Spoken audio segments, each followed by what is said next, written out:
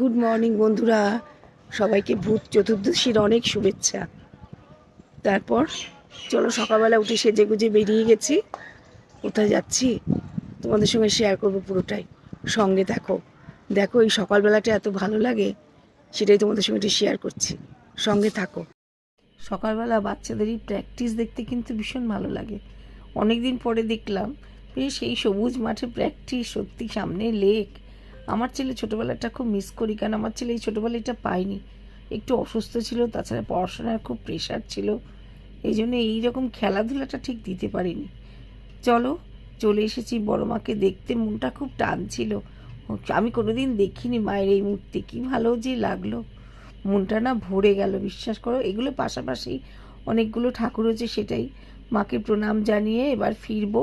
কী ভালো লাগছে কি বলবো। পাশাপাশি সেগুলোই তোমাদের সঙ্গে সব শেয়ার করলাম। আর ব্লগটা কেমন লাগলো জানিও। তাহলে আজকের মতন টাটা।